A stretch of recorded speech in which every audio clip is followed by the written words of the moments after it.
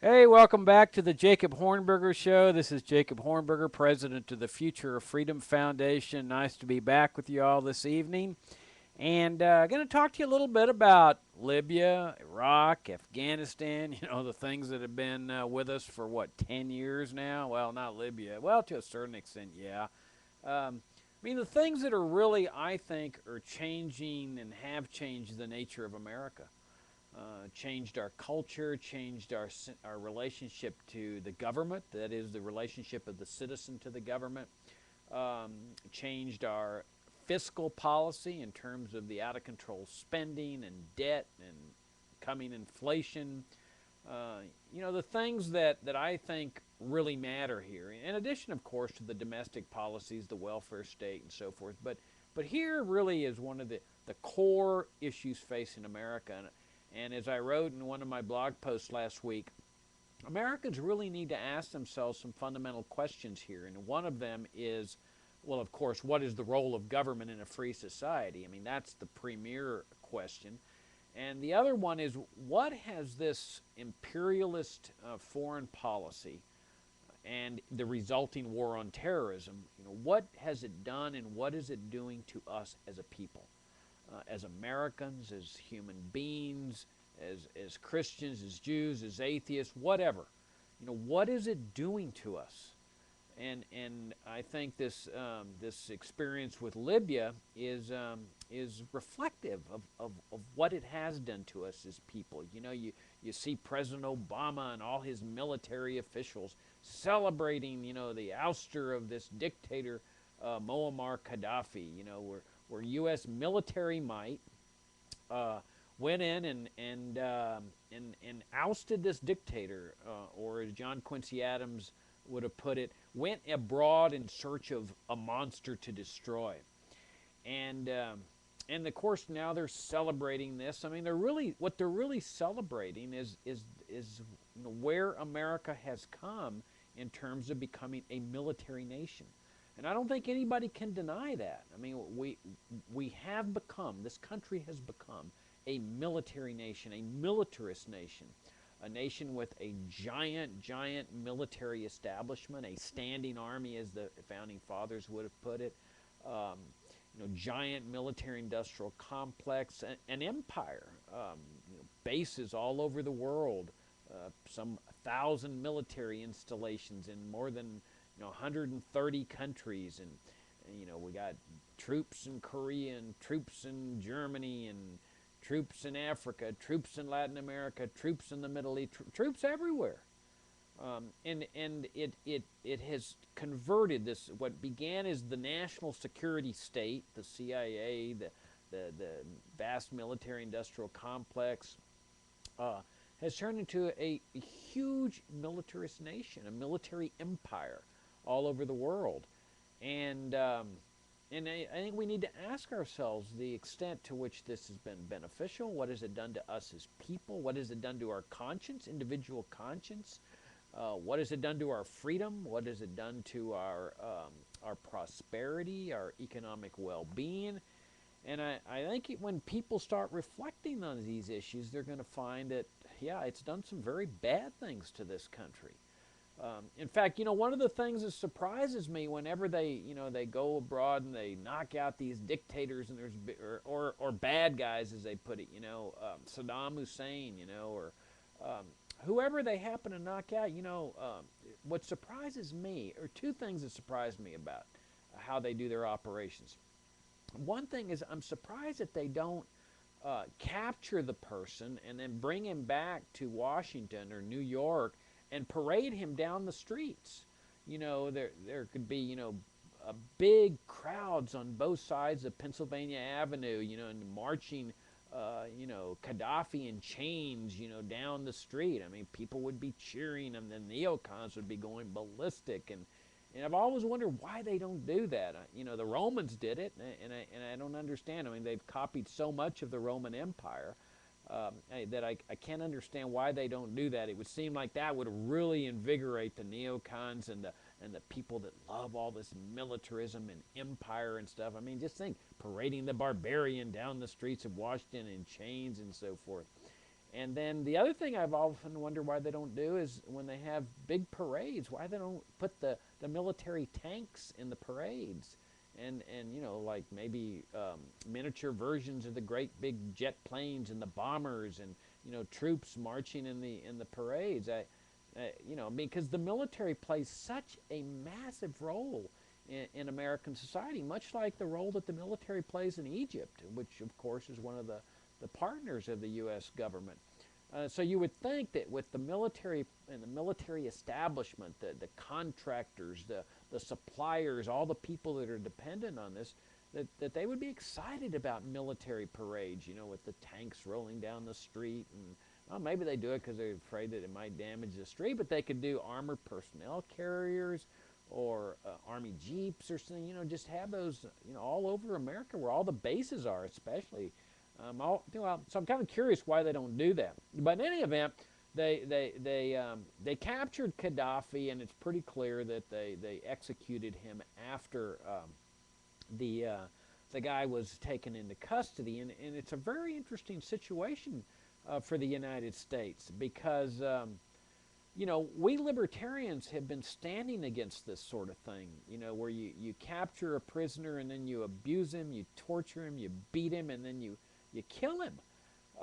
We've been standing against since at least 9/11. Of course, we would have stood against it, since our inception back in 1989.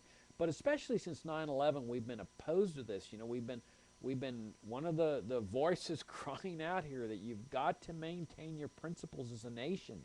That you cannot sacrifice your principles, not even for foreigners. You see, that was the attitude. Well, if it's only foreigners, it's like no big deal, and they're just keeping us safe. And we kept arguing, time and time again after 9/11, that if you let them have the power to do this to foreigners, it will ultimately extend to Americans. And we kept saying that over and over again. You have to fight for the principle. You cannot just look at the person that they're doing it to and saying, oh, well, he's a terrorist, he's a bad guy, boy, I'm sure glad they're torturing him. You can't look at it like that. You got to look at it in terms of principle, that if they can do it to them, they can do it to all of us. Because, and we kept saying, look at what they're saying. The whole world is a battleground. That's what they were saying, a global war on terrorism. That they could do whatever they want to any terrorist that they labeled a terrorist. And we kept saying that encompasses Americans. And people just scoffed and whatever. And of course, that's where we are now. I mean, their powers, their temporary emergency powers that have now, gone on 10 years. Okay, it's not as long as the temporary emergency powers that the Egyptian military has, that Mubarak had before he left office, but it's still 10 years. I mean, what does temporary mean? What does emergency mean? I mean, this thing's gone on for 10 years. And of course, they stir up trouble. I mean, they stir up crises, and then that of course creates the crisis environment, which then says, we got to extend our temporary emergency powers. And I suspect that that with the restlessness in the country over the economic conditions, which are rooted in the warfare state and the welfare state, I think you're going to see a lot of more of these interventions, this militarism overseas. Because the Romans were great at this. I mean, Madison points it out that whenever people started getting restless with too many taxes to fund all this imperialism and so forth, that the Romans would create a diversion. Like, oh, the barbarians are up there in Germany. We've got to. Oh man, they're attacking the troops. You got to support the troops and just rally around the flag. And of course, then everybody would forget the tax revolts, and they'd rally to the government.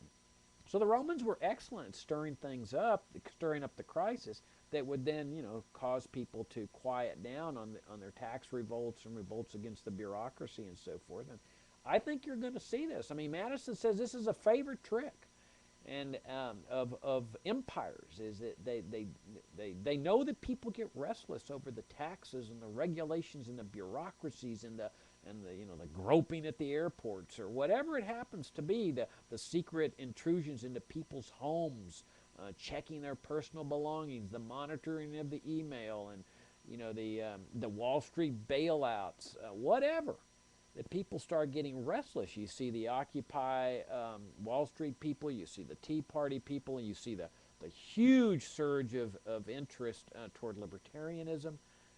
I got a feeling you're going to see some more of these crises that are precipitated by the empire itself. Now they take out Gaddafi and then they execute him. Now, what's interesting about this is that the United States, along with the United Nations, is calling for an investigation, an official investigation into this. Now, why would they be calling for an investigation? I mean, everyone knows that Gaddafi was a terrorist, right? That he was a supporter of terrorists, that he was a sponsor of state terrorism. Okay, they killed him.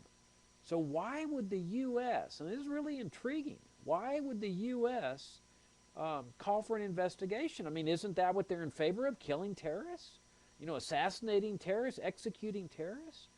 I mean, isn't that what we see? That's their policy, that we can assassinate any terrorist, including Americans. Well, their call for an investigation is an implicit acknowledgement that this is wrong. That what these thugs did, the Libyan thugs, I'm not going to call them freedom fighters, that may upset some neocons, that they're thugs. They're just nothing but thugs. In fact, you're going to see, I have no doubt that you're not going to see Washington or Jefferson or the Libyan counterparts of America's founding fathers when this thing all shakes out. You're going to have one set of thugs replacing another set of thugs. I mean, haven't we seen that in Iraq? I mean, American troops are leaving Iraq now, right? In December, at least that's what they tell us.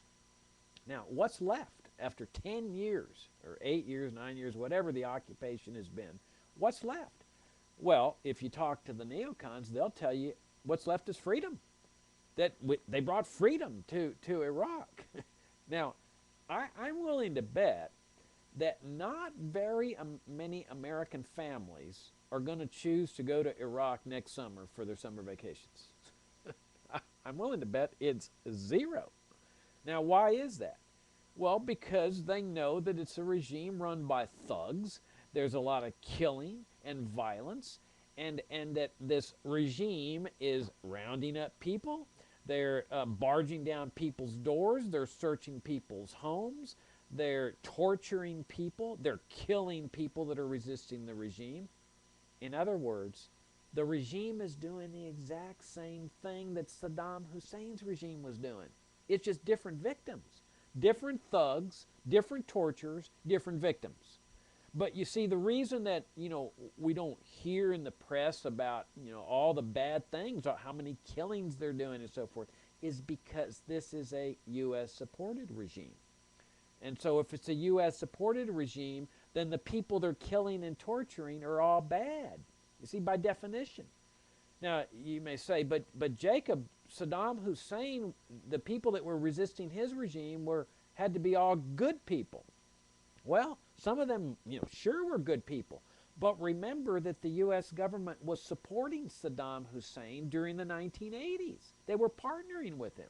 I mean, you can see that famous photograph of Donald Rumsfeld shaking hands with the partner, Saddam Hussein. In fact, that's where Saddam Hussein got those weapons of mass destruction. That's how they knew that he still had them, quote knew, because they had the receipts. Because in the 1980s, they had given them to him, Western powers, because he was a partner. Well, so while he was killing people, while he was a partner, the people he was killing were considered by the U.S. empire to be bad people. You see, because they were trying to oust a U.S.-supported dictator, a dictator that the U.S. was partnering with. Well, then when they turned on Saddam, and Saddam started killing people who were resisting his regime, and the CIA was encouraging people to resist the regime, and the U.S. government was encouraging people to rise up against Saddam, well, then all of a sudden those people became good people. I mean, it all really depends on who's in power and who's in favor with the U.S. government. But there's no question that this Iraqi government is a thuggish government. I mean, I don't see how anybody could dispute that except the neocons and the people that believe in this empire and this militarism, and they just think, oh, this is a lovely government. Never mind that when President Obama travels there, he has to fly in the dead of night, and he can only stay like one night, you know, in the green zone, and then fly out, or maybe not even. No, he doesn't even stay one night. That's right. He just flies out the next day. Well, you know, the president of Iran, on the other hand, he goes in and everything's hunky dory. He's waving to the crowds and hobnobbing with all the officials and stuff. And I think you're going to see this Iranian-Iraqi connection get closer. I could be wrong, but you know, the big winner of the U.S. invasion and the ouster of Saddam Hussein was Iran. I mean, that's what their dream had been. They'd gone to war, remember, in the 1980s against Iraq when the U.S. was supporting Iraq in Saddam's war against Iran. Well, this was Iran's dream come true. I mean, this was their victory, to have U.S. troops killing and dying to get rid of their arch nemesis. And then they get a Shiite regime in, which of course is the religious proclivity there in Iran. So I have a feeling that's going to manifest itself. And of course, Americans need to ask themselves, what's it all been worth? I mean, what's it all been for? Was it for WMDs? Was it for democracy spreading? Was it for freedom in Iraq? You know, I mean, who knows? All we know is that they've killed countless Iraqi people. Now, the press, you know, they reported as always how many troops have been killed and how much it's cost. You know, 44,000 troops or something, and I don't know what the exact number is, and then you've got, you know, $1 trillion, I don't know the exact number, but they never ever bring up the number of dead Iraqis, because you see, there never was an upward limit on the number of Iraqis who could be killed. They never placed an upward limit on it. It was any number would be worth regime change. And ironically, they were saying at the very same time, we love the Iraqi people. We're here. After they didn't find the WMDs, they said, well, we're going to stay. We're not going to leave. We're not going to apologize, even though we haven't found the WMDs. We're going to stay. We're going to occupy the country. We're going to keep killing people to establish, you know, dominion and control here, get a U.S.-supported regime in. And but it's all now because we love the Iraqi people. We want to help them out. But they were willing to kill as many people as necessary to do this. I mean, that's a strange sort of love, right? In fact, there's a guy named Bert Sachs. Right now, he's out in Washington or Oregon. I can't remember which one, but you can Google his name. It's Bertsacks. And they're going after him, the U.S. government is, for a $10,000 fine. And guess why they're fining him? Because he was bringing medicines for the Iraqi people during the time of the embargo. Now, you'll remember the embargo. That was when, you know, Madeleine Albright was asked, are the deaths of 500,000 Iraqi children worth it? You know, worth getting rid of Saddam and putting in a new regime? And she said, well, it's a tough decision, but yeah, it's worth it. Well, so they were killing children as the price to get rid of Saddam. You know, it's sort of the same price that they're willing to pay any number of Iraqi dead after the invasion and occupation to get, you know, regime change. Well, Bert Sachs, he goes in and, you know, says, well, I don't care about these sanctions. You know, I want to help the Iraqi people. You know, the same people that now they say they love and they've brought freedom to, right? They're going after Bert Sachs still.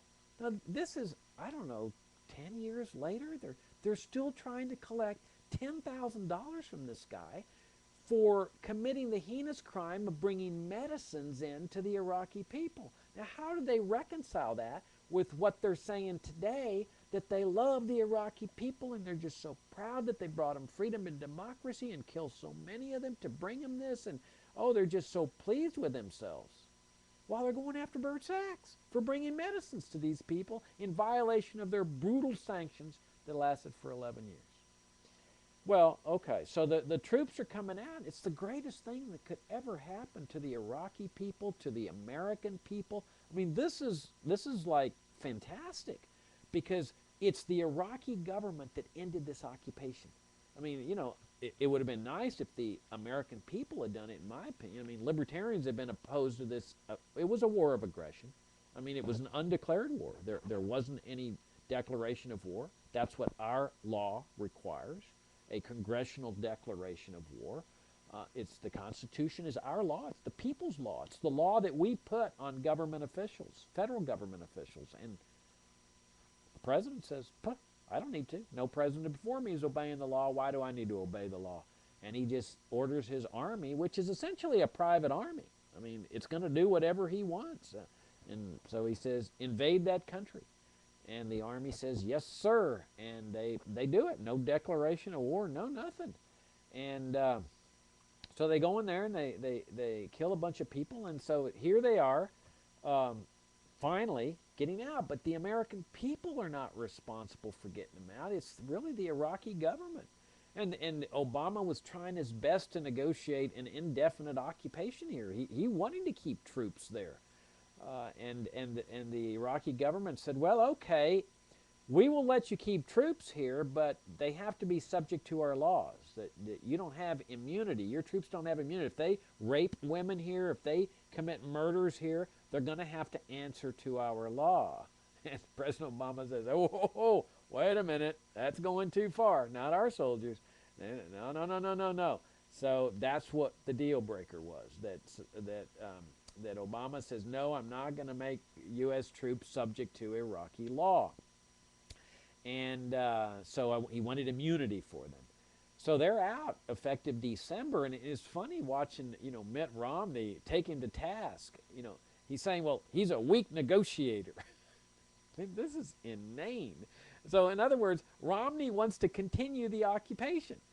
I mean, it's never even occurred to these guys that maybe it was wrong to invade the country in the first place. I mean, it may end up in a big civil war. But you see, that is why, one of the reasons why the U.S. government should never go into these countries.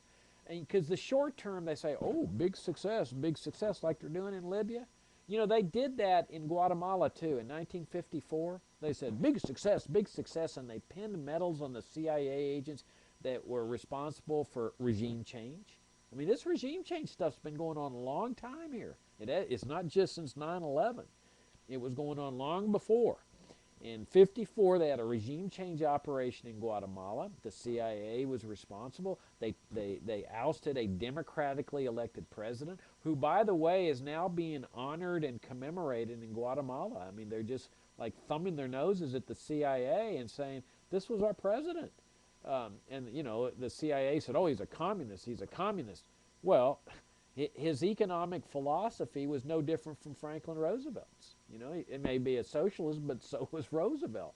And the real crime this guy was doing was he was doing agrarian reform. He was taking from the rich, United Fruit Company, this big American company down there, who, by the way, had board of directors who were, CIA people in Congress, strong ties to the government. Well, he was taking land away from them and giving it to the poor.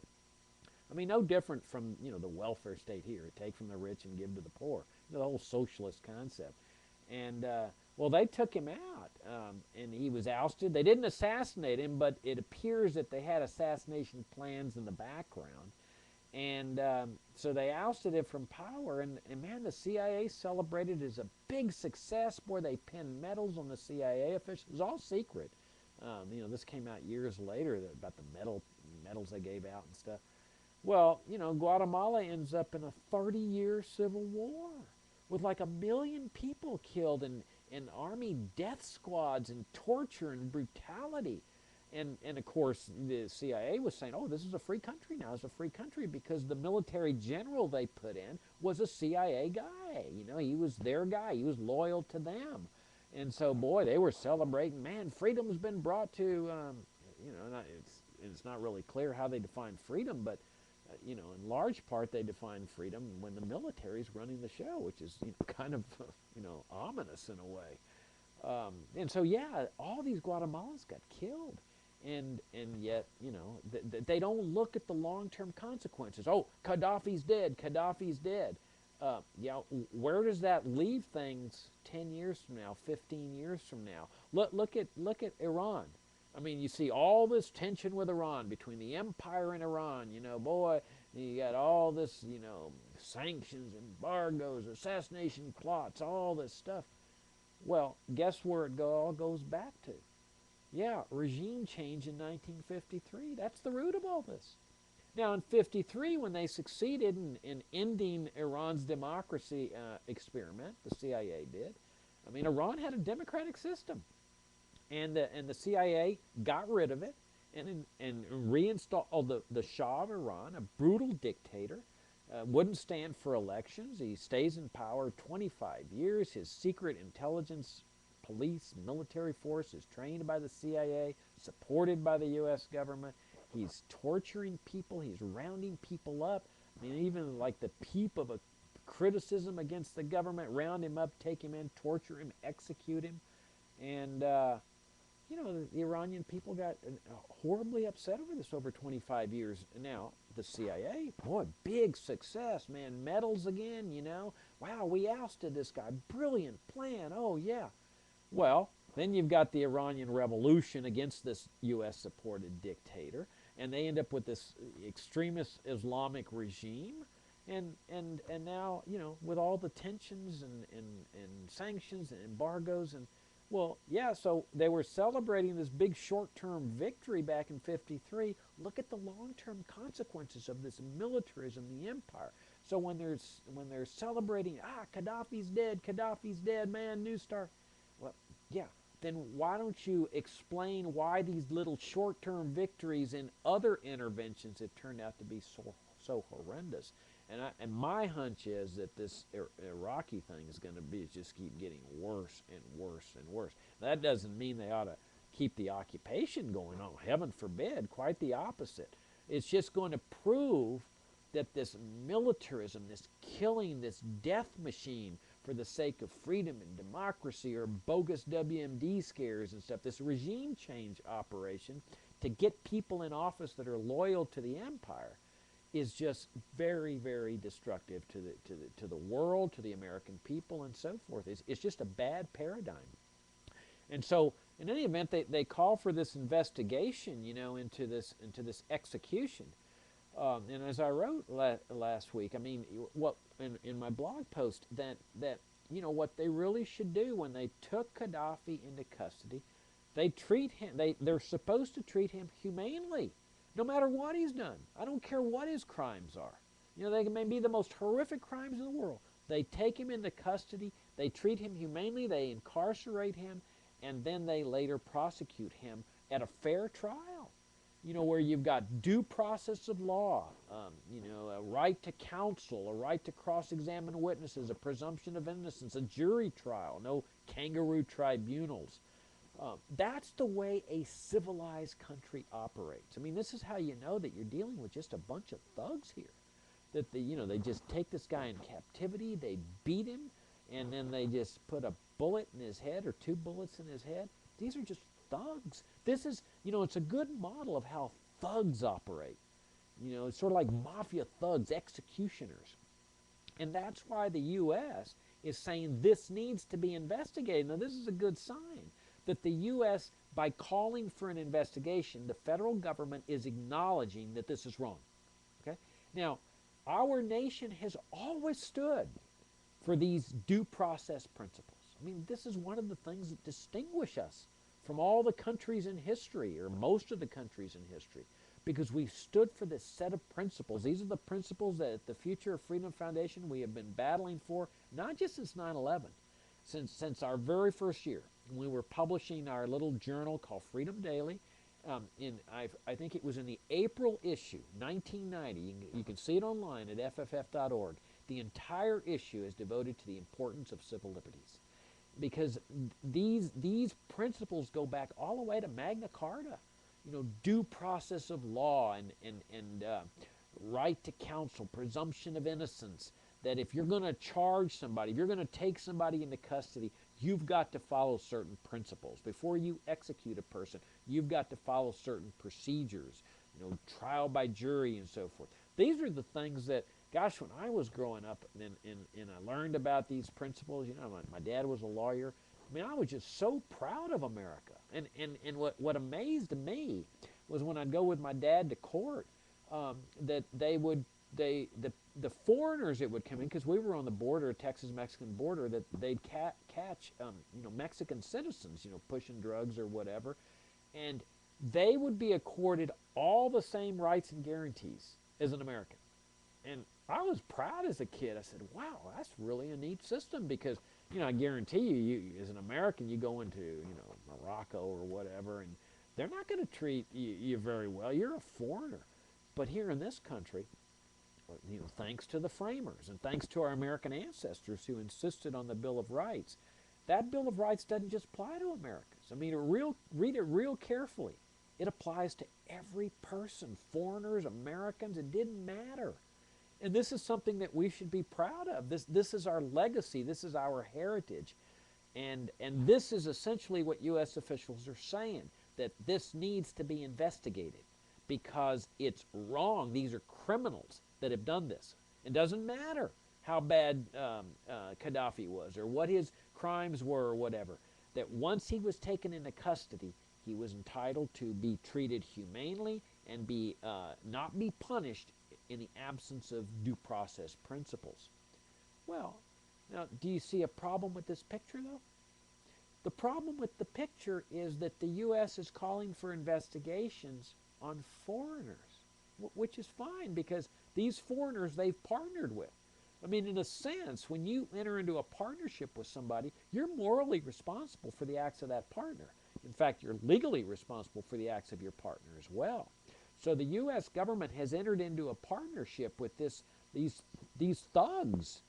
And already the spokesman for the interim regime is saying, we don't need to investigate this. This is not necessary. This is, they're saying the same thing that the U.S. government is saying with respect to its executions, its extrajudicial executions, its extrajudicial assassinations. I mean, remember that guy in the Abu Ghraib photographs, the guy on plastic or ice or something that's just dead? He was an Iraqi general, and he was taken alive, captive, and all of a sudden, he's dead. Where is the investigation on that? What about the guys that have died at Guantanamo Bay in that secret CIA facility over there? Where's the investigation? These are extrajudicial killings.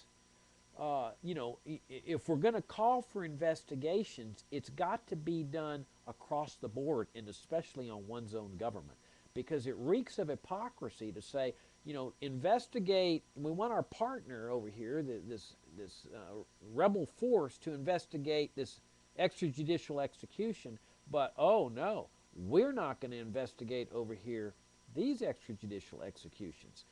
And in fact, look at the assassinations that the U.S. is now engaged in. I mean, you've got assassinations of Americans, including the 16-year-old son of Alaki. Now, we don't even know what Alaki was doing. I mean, the rumors are that, oh, well, he was engaged in planning terrorist attacks. We don't know. Nobody knows.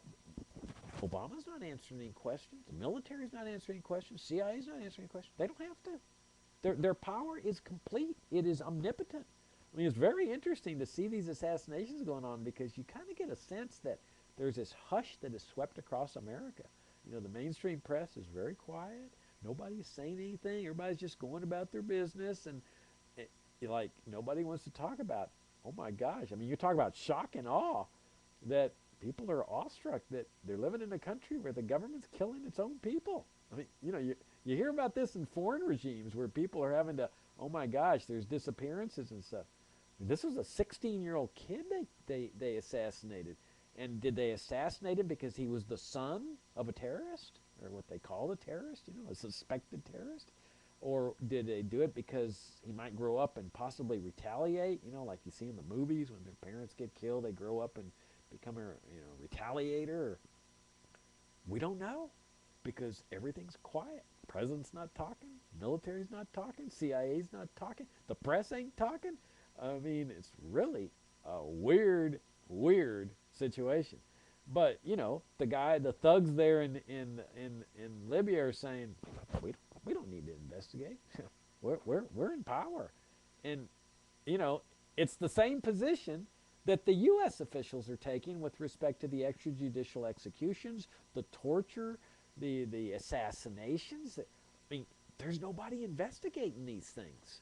The power is complete, the power to assassinate. And this is one of the things we told Americans, that when you defend the power to assassinate foreigners after 9/11, you're defending the power to assassinate Americans. And you know, I remember, boy, the hate mail coming in, you know, after 9/11, we were saying you got to stand fast, that it's in emergencies like this when they take away your freedom. And when they were saying, well, when Bush was saying, well, we're gonna decree the assumption of emergency powers here, and they are the same emergency powers that the Egyptian military now wields, that Gaddafi was wielding, the power to, you know, pick up people as terrorists and cart them away to a dungeon or a concentration camp, brutalize them, torture them, and execute them. And we kept saying, it's not just foreigners. You've got to defend the principle here. It's sort of like a criminal defense lawyer. You know, a criminal defense lawyer represents, you know, O.J. Simpson or whatever, and or no, better, Charles Manson, you know, the serial killer. Well, you can't say, hey, skip the trial. You know, don't let the guy have a lawyer.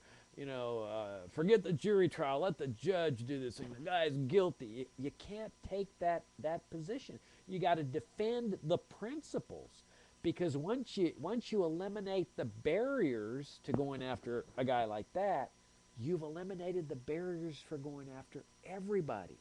And that's what we kept saying on the Jose Padilla case. We were out there in front from the very beginning saying, this is a very, very ominous thing. This is an American. And people, you know, the conservatives saying, oh, he's a terrorist, he's a terrorist. They missed the whole point, because what they did to Padilla, they can now do to every American. That's the law now, okay? You know, they can take Americans into custody. They can remove them from the custody of the federal court if they're charged with terrorism, take them into the military custody, torture them, isolate them, hold them forever. And so this is where it's transformed American life. And you know, people sometimes ask me, how would Americans get their rights back where the government doesn't have this power anymore? It's a great question. I don't know, because the courts are not doing anything. I mean, it's really, really a weird situation. You see this hush go across the land. Everybody's sort of like, wow, we live in a country where the government's killing its own people. This is like, wow. And the courts are like, mum, you know, because the courts aren't doing anything. You know, their attitude is, hey, the president's got this power. We ain't interfering because the president ain't going to go along with our judgment anyway. Don't come to court for relief. You know, if you're going to get assassinated, if you're on that targeted list, don't come into federal court, because we're going to throw you out. We don't want to do anything. We got too many cases. We got civil cases. We got drug cases. Don't bother us. We don't want to get involved. The Congress isn't getting involved. They're scared to death. The CIA's involved. They're not going to touch the CIA. And they've all bought into this war on terrorism as a real war business. And, you know, they extend the Patriot Act, and they've got all this terrorism-coded alerts again, and they're attacking countries like Libya, which stirs up more anger and rage and more possibility of terrorism. You know, let's assume that the American people were doing right now what the Egyptian people are doing, demanding that the military, the CIA, and the president relinquish these emergency powers, the powers to pick up Americans or assassinate Americans or torture Americans.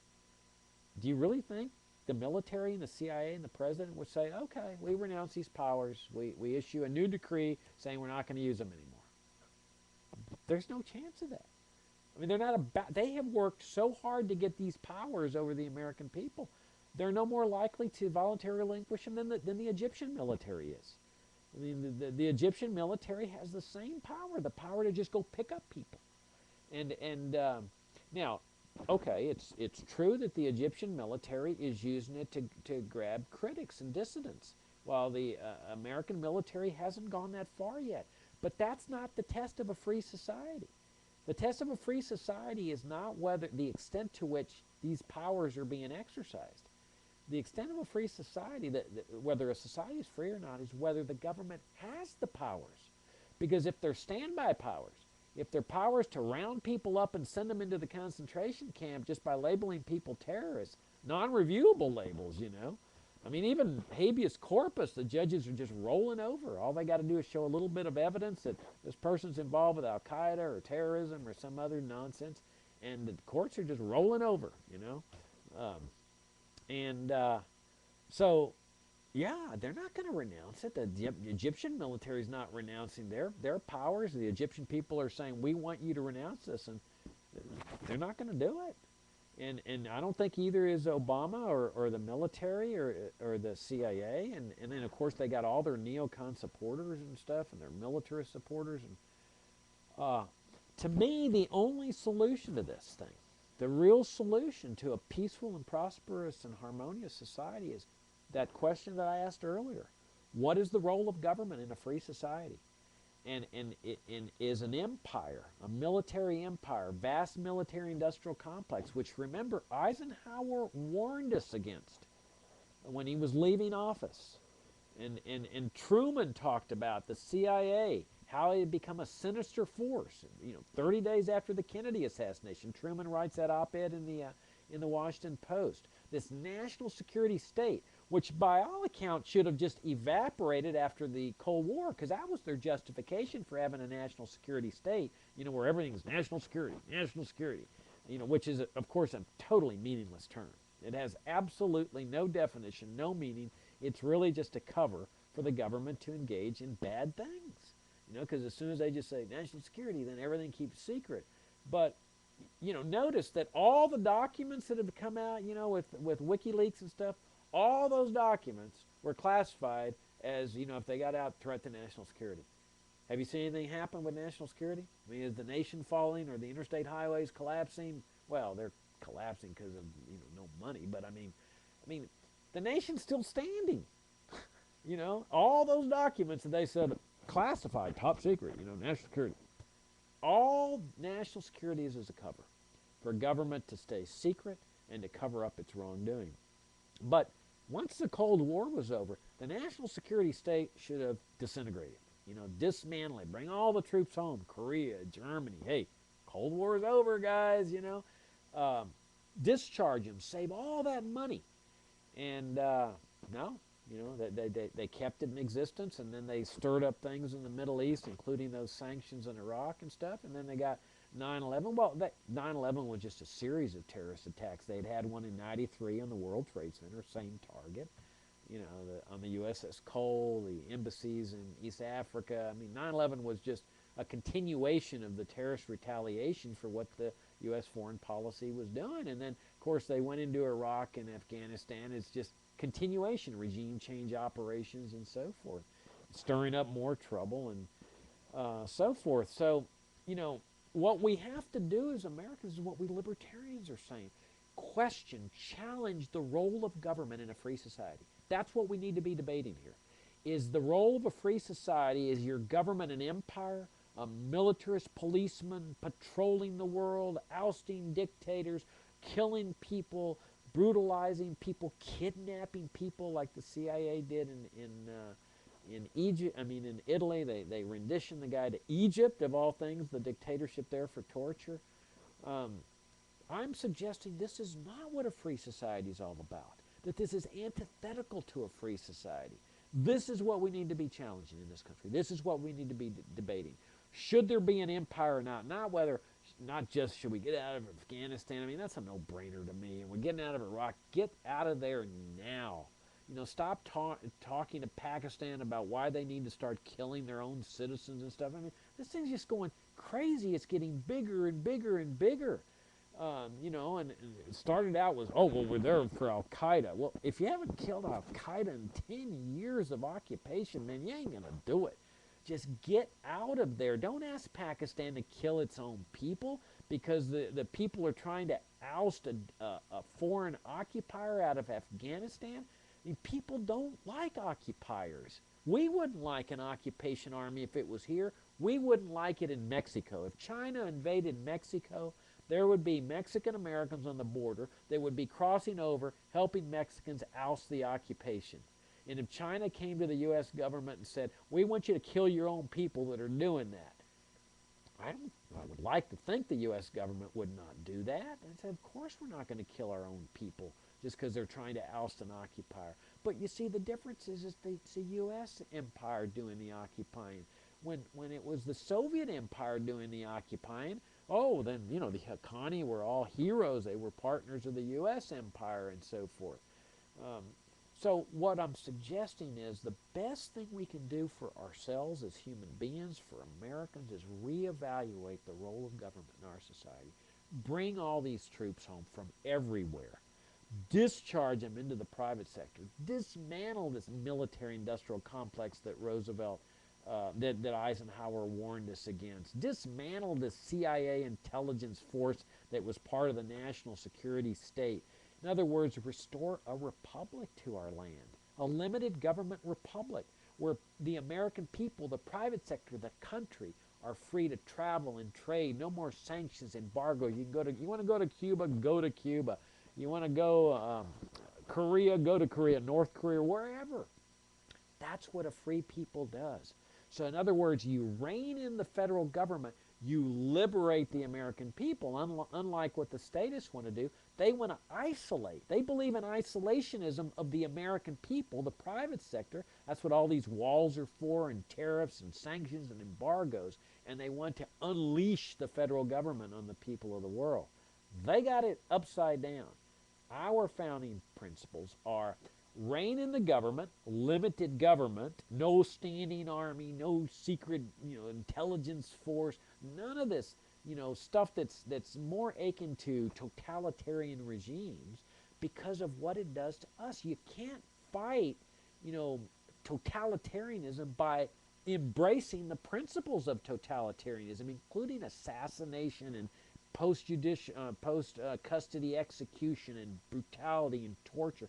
This is not what a free, civilized people do. And so that's on the warfare state side. Now, I want to talk a little bit in some time we have left here of, these Republicans. I mean, they're just pathetic sometimes, I mean, I got to be blunt. Watching them bash immigrants, or illegal immigrants, excuse me, illegal. If you open the borders, there'd be no illegal immigrants. I mean, I don't see why they don't just say, well, let's just open the borders. And if that's their beef, that you're only upset with illegal immigrants, well, okay, legalize everything. Free, open movements of goods and services like we have domestically. Here you don't have immigration controls at the states. Terrorists could cross, from one state to another. But, okay, they're bashing illegal immigrants. I mean, that exchange with Perry, where Perry says, oh, you were having illegal immigrants, do your lawn work, and Romney feels like he's got to defend himself. No, I really got rid of them. I got rid of them once I mean, it's just so pathetic. And you know what it is? It's that they're scapegoats. They're looking for scapegoats. This is what regimes have done throughout history. They look for scapegoats, especially when economic conditions are bad. And you see, they're scapegoats because the root of the economic problems are what these statists like Perry and Romney, they can't acknowledge. That the root of the economic problems are the warfare state. Cost $1 trillion to invade and occupy Iraq, and I don't know, another trillion or something. I don't know what the numbers are in Afghanistan. And then all the empire bases all over the world, the empire bases here in the United States, and cities and towns all across the country. I mean, huge amounts of money, right? And then you've got the welfare state, Social Security, Medicare, Medicaid, education grants to your community, welfare bailouts for the Wall Street people, welfare bailouts for the banking industry. I mean, let's face it, you got this massive out-of-control welfare warfare state. That's the root of America's economic woes. That's why there's unemployment. That's why there's a malaise. That's why you've got, people not investing, people not saving money anymore.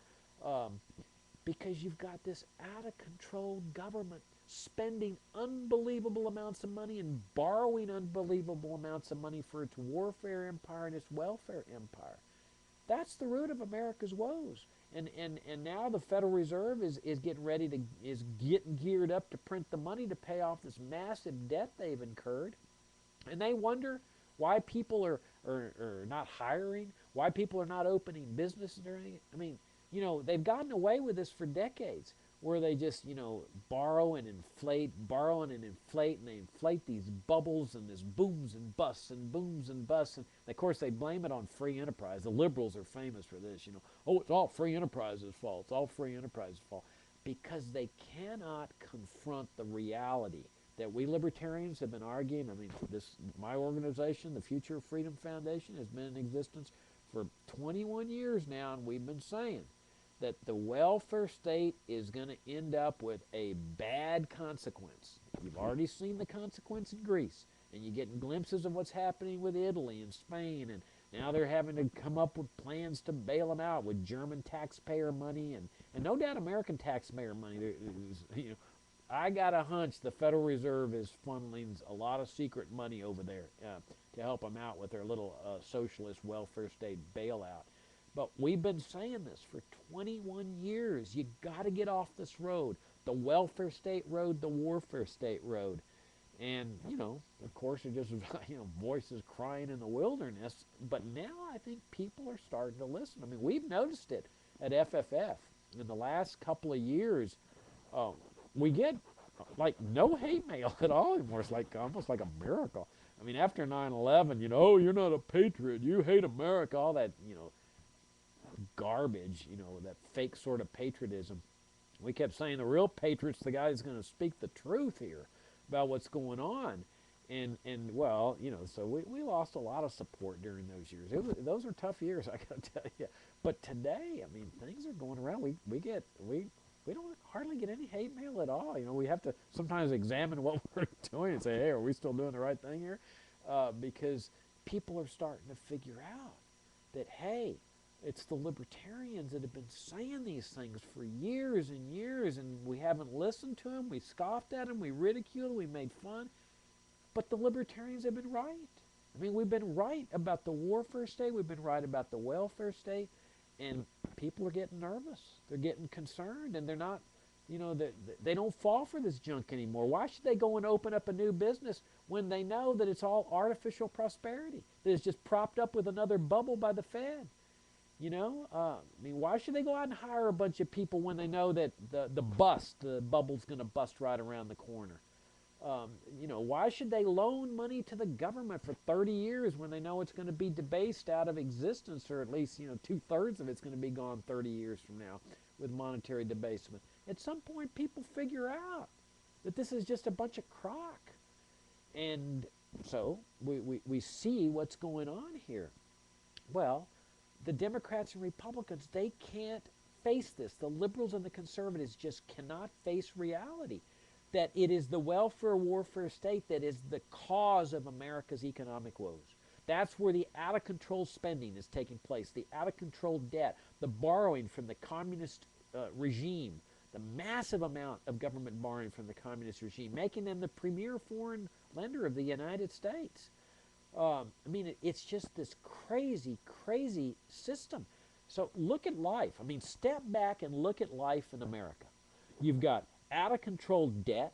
You've got, monetary debasement taking place. You got spending out the gazoo. I mean, even though they lifted the debt ceiling, do you think they're concerned about the next time the debt ceiling's coming up? They're spending like there was no tomorrow. They're promising money to this thuggish regime in Libya already. Where do they get this money? I mean, they're broke. How do they get this money? Well, clearly it's Federal Reserve printed money. You can see the debasement coming. I mean, this is what they've done for decades. That's why your paper dollar, your irredeemable paper Federal Reserve note, a note that promises to pay nothing but another note, is worth like 5% compared to when the Federal Reserve was established. I mean, this is why we libertarians, in a sense, are much like therapists. I mean, we're letting people know reality. Here is your reality. Here is your diagnosis. We're like a physician that's saying, you got a cancerous tumor here. And some people say, oh, well, no, it's not cancer. I'm gonna go out and take some aspirins. The doctors are all wrong. The libertarians are all wrong, Well, now the tumor's getting bigger and bigger, and people are starting to realize this country is in bad trouble. And that's why we need to start talking and debating, not looking for scapegoats like illegal aliens, like they're the cause of America's woes. They're the hardest working people you ever meet. I mean, people say, "Oh, they're on welfare. They're coming on welfare." That's a projection. Americans love welfare. They love their welfare state, and so they project. They say, "Oh, well, gosh, it must mean that people are coming here to get on welfare because that's what they would do." But actually, notice there's never a bust. Of all the people Obama's deported, and he's now got the record for deportations, not one of them was busted at a welfare office. At least none that I've ever heard of. They're always at private firms. They're working. And why do private firms love hiring illegal aliens? Because they love to work hard. They've got a work ethic. They got family values. They send money back to their family. And this is like a vitality, like an energy drink for the American economy. We ought to be welcoming these people. We ought to be thanking the good Lord for this gift of these hard-working, industrious people that are coming in and finding jobs that supposedly don't exist, you know? I mean, they say, oh, high unemployment, there's no jobs in America. Somehow or another, illegal aliens come in and find jobs. Isn't that amazing? Because they love to work hard. We ought to be embracing these people, not blaming them and, oh, scapegoats and building Berlin walls along the border. I mean, step back and look at this country. The government's assassinating Americans. The government's invading countries, bombing countries, occupying countries. It's got welfareism at the gazoo. You know, Americans are dependent, scared to death of losing Social Security and Medicare and education grants. And this is not a good picture, you know. And this is where libertarianism comes in. Because we don't talk about reforming or fixing it because it's a cancer. You don't fix cancer. You don't reform cancer. You get rid of it. And you go back to founding principles for the medicine. You know, our founding principles as a nation. On the civil liberties side, due process of law. This is what a civilized nation does. This is where we've got to lead the world again. That in the areas of civil liberties, due process of law, limited government, a republic. We got to lead the world by example of how you achieve a free society. You don't go bomb to bring freedom to a society. You establish freedom here as a model. And then you dismantle these welfare state programs. You restore charity to the private sector, leaving people free to make their own decisions on charity. Massive accumulation of savings and capital. That's the key to a prosperous society. These are our founding principles. You know, why are we rejecting them? Why are we embracing this totalitarian type stuff that's going on in this country? The socialism, the imperialism, the fascism, the mercantilism. That's not our heritage. We've embraced an alien heritage that started in the 20th century and has worked its way into this century. We've got to lead the world out of this status morass. And that's what it is. It's statism. That's the battle in this country. Libertarianism versus statism. It's not between the government and the terrorists or the Christians and the Muslims and all this nonsense. The battle is between those who love liberty, those who love this country, versus the statists, the ones that love the government. And that's the battle. And can we do it? Well, yeah, we can do it. I mean, that's the power of ideas. That's what we do at the Future of Freedom Foundation. That's what all these libertarian foundations are doing. They're out there putting ideas on liberty in the marketplace because ideas matter. They influence people, and they can take a nation by storm where even those in government, the statists, cannot stand because they cannot withstand the power of those ideas. And that's what they're scared about. That's what the statists are scared about, that we libertarians, our ideas are rising in prominence and popularity. And, you know, it's a glorious movement. I mean, I sometimes wake up and I just thank the good Lord that I'm living today and participating in this really one of the greatest, grandest, glorious movements in history, the libertarian movement, because we stand for civil liberties, we stand for economic liberty and religious liberty. We stand for liberty versus, you know, the statists that pick and choose which parts of liberty they choose. So that's the show tonight. Thanks so much for listening in. Thanks for your great support of the Future of Freedom Foundation. And you guys have a nice rest of the weekend. So long.